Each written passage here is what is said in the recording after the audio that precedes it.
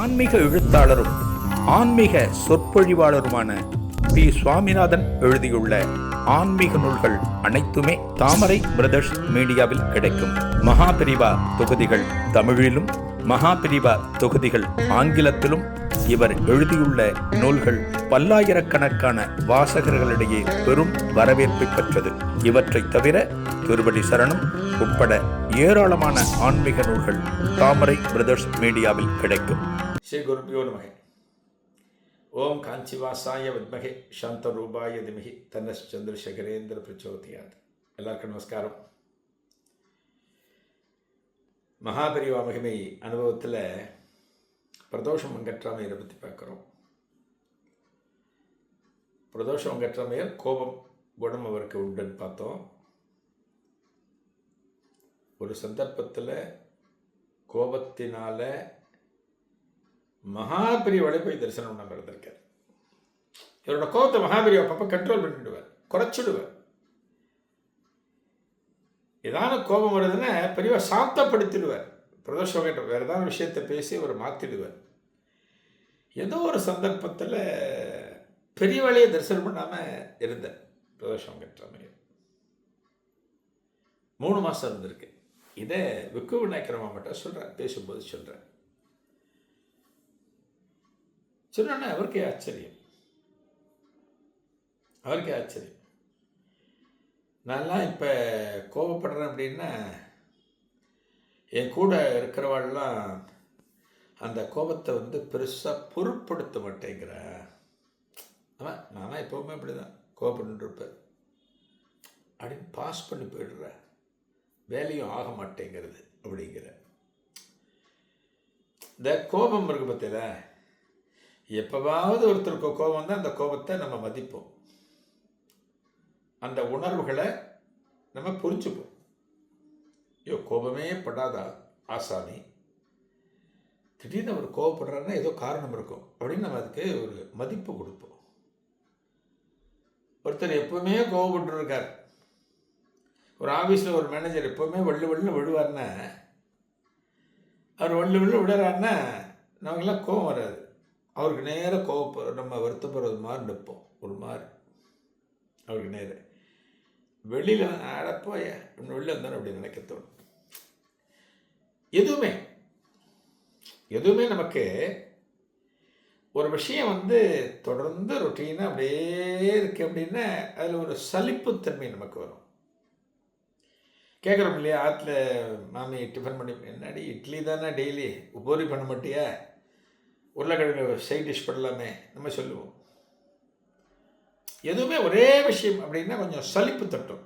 பிரதோஷ பாபாக்கு எப்போ பார்த்தாலும் கோபம் வந்துட்டே இருக்குன்னா அவர்கிட்ட இருக்கிறவள்லாம் அந்த கோபத்துக்கு பயப்படுவாள. இவர் எப்போவுமே அப்படி தான்ப்பா கோபத்துட்டே இருப்பார். இதை விக்கு விநாயகர் மாமா கிட்ட சொல்கிறார்.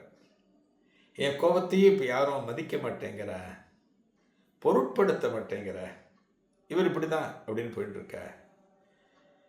ஏதான ஒரு விஷயத்தில் நான் யாரையாரும் ஏதாவது கடிஞ்சினேன் பேசினேன் அப்படின்னா பெரியவா காதுக்கு போயிட்டு பெரியவா என்னை கூப்பிட்டு சமாதானப்படுத்திடுறா, பெரியவா என்னை சமாதானப்படுத்திடுறா அப்படிலாம் பேசின்னு இருக்கேன். யார் விக்கு விநாயகர் மாமா கிட்ட பேசின்னு இருக்கேன். அதாவது மனுஷன் வேற, மகான் வேற. மனுஷனுக்கு எல்லா ஆசாபாசமும் உண்டு, நமக்கெல்லாம் உண்டு. ஆசாபாசம் உண்டு, பிடிக்கும் பிடிக்காதது எல்லாமே இருக்குது, நமக்கெல்லாம் இருக்குது. சில விஷயத்துக்கு பிடிக்கும், சில விஷயம் பிடிக்காது. மகான்களுக்கு அப்படி கிடையாது. நம்மளாம் சொல்லுவோம், இவன் என்னோட ரொம்ப திக்கஸ்ட் ஃப்ரெண்டு அப்படிம்போம். அதுனா ஃப்ரெண்டு இல்லை, திக்கஸ்ட் ஃப்ரெண்டு. அப்போ மிச்ச ஃப்ரெண்டுன்னு அவன் எப்படி நம்மளாம் டிஃபைன் பண்ண முடியுமா? முடியாது.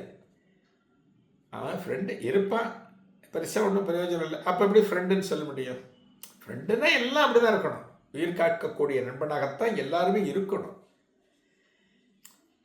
இப்போ இவருக்கு கோபம் வருதுன்னா மகாபிரிவாளுக்கு கோபம் வராது, மகான்களுக்கு வராது, என்றைக்குமே வராது. ஆனால் பெரியவாளுக்கும் கோபம் வந்திருக்கு, 1-2 அக்கேஷன்லாம் இருக்குது. நான் பேசியிருக்கேன்னு நினைக்கிறேன். பெரும்பாலும் வராது. அவெல்லாம் எல்லாரையும் அட்ஜஸ்ட் பண்ணிக்கணும்.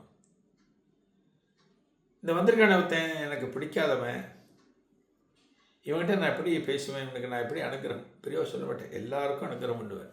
நாஸ்திகவாதி ஒருத்தர் வந்தால் கூட பெரியவா அனுகிரகம் பண்ணுவேன் இல்லையா? நம்ம நிறைய பார்த்துருக்கோம். பெரியவா என்ன பண்ணுவார், இந்த இவரோட கோபத்தை குறைச்சிருவார், ஏதானும் பண்ணி குறைச்சிருவார். அது வேண்டாம்டா, கோபம் வேண்டாம் அப்படின்னு குறைச்சிருவார். இன்னைக்கு பேசிட்டு இருக்கார் பாருங்க விக்கு விநாயகரம் கூட. அவர் பேசிட்டு இருக்கப்போ ஒரு அன்பர் சைக்கிளில் வேகமாக வர்றார், நல்லா வேகமாக அழுத்திட்டு வர்றார் சைக்கிளை. கரெக்டாக இவர் 2 பேர் பேசிட்டு இருக்கார்ல, ரோடு ஓரமாக சாலை ஓரமாக பேசிட்டு, அந்த ஓரத்தில் வந்து சைக்கிளை நிறுத்துறார், அப்படி ஸ்டாண்டப் பண்ணுறார். ஒரு அவசர அவசரமாக வேகமாக ஒருத்தன் வந்து சைக்கிள் ஸ்டாண்டு போட்டு வந்து அப்படி இருக்கும், அது மாதிரி ஸ்டாண்டு போட்டு ஒரு வில்வ மாலை ஒன்று வச்சுருக்கார், சைக்கிளில் ஒரு பையில் வச்சுருக்கேன். இந்த வில்வ மாலையை கையில் எடுத்துக்கிறேன். கடகடலில் வந்து பிரதோஷ மாமா கழுத்தில் போடுறார், பிரதோஷ மாமா கழுத்தில் போடுறார்.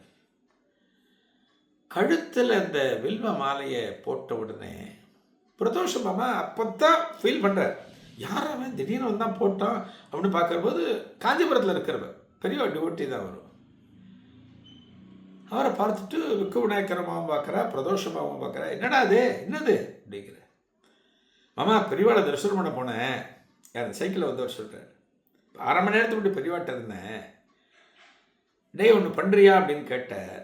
சொல்லுங்க பெரியவா, நான் என்ன பண்ணணும் அப்படின்னு. தன்னோட கழுத்தில் இருக்கிற இந்த வில்வ மாலையை கழற்றி கிட்ட கொடுத்தா, இதை எடுத்துன்னு போ, 1/2 மணி நேரத்துக்குள்ளே பிரதோஷமாமா கழுத்தில் போடணும், பிரதோஷமா கேட்டால் நம்ம கழுத்தில் இதை போடணும் அப்படின்னு சொல்லி கொடுத்தா. அதான் வேகமாக வந்தேன், உங்களை பார்த்தேன், கழுத்தில் போட்டுவிட்டேன் சொல்லிட்டு போயிட்டு. பிரதோஷ மாமா கண்கள்லேருந்து ஜலம் தழும்புறது. சர்வேஸ்வரான மகா பெரிவா இருக்கிற திசையை நோக்கி கும்பிட்டு அப்படி நமஸ்காரம் பண்ணுற. 3 மாசமா போகலை, பெரியவாளை தரிசனம் பண்ண போகலை. இவருக்கு இருந்த கோபம் பெரியவாளுக்கு இருந்ததுன்னா, நீ எப்போ பெரியவா, உனக்கே எவ்வளோன்னா எனக்கு எவ்வளோ இருக்கும், அப்படி இல்லை பெரியவா. தன்னோட பக்தன் தான் முக்கியம். நாயன்மார்கள் தான் சிவபெருமானுக்கு முக்கியம். நல்லா புரிஞ்சுக்கோ, நாயன்மார்கள் தான் சிவபெருமானுக்கு முக்கியம். நாயன்மார்கள் கோபத்தோடலாம் சிவபெருமான் வேறு இருந்திருக்கா, சிவபெருமான் கூப்பிட்டு அனுகிரகம் பண்ணுவார். அதே போல் பார்த்தேன்னா மகா பெரியவா அவருக்கு அனுகிரகம் பண்ணுறார். என்னடா 3 மாசமா வரல, வாடா அப்படின்னு மறைமுகமாக ஒரு வில்வ மாலை தன்னோட கழுத்தில் இருந்ததை கொடுத்து இவருக்கு போட சொல்லி ஒரு அனுகிரகம் பண்ணுறாருன்னா பிரதோஷமாக இப்பேற்பட்ட அடியாராக இருக்க முடியும் இல்லையா? அதனால தான் பிரதோஷ மாமா மாதிரி ஒரு பக்தி யார்கிட்டையும் பார்க்க முடியாதுன்னு சொல்கிறோம். அடுத்த நிகழ்வில் ஒரு புதிய அனுபவத்தை காணலாம். நன்றி, வணக்கம். ஆன்மீக எழுத்தாளரும் ஆன்மீக சொற்பொழிவாளருமான பி. சுவாமிநாதன் எழுதியுள்ள ஆன்மீக நூல்கள் அனைத்துமே தாமரை பிரதர்ஸ் மீடியாவில் கிடைக்கும். மகாபிரிவா தொகுதிகள் தமிழிலும், மகாபிரிவா தொகுதிகள் ஆங்கிலத்திலும் இவர் எழுதியுள்ள நூல்கள் பல்லாயிரக்கணக்கான வாசகர்களிடையே பெரும் வரவேற்பை பெற்றது. இவற்றை தவிர திருவடி சரணம் உட்பட ஏராளமான ஆன்மீக நூல்கள் தாமரை பிரதர்ஸ் மீடியாவில் கிடைக்கும்.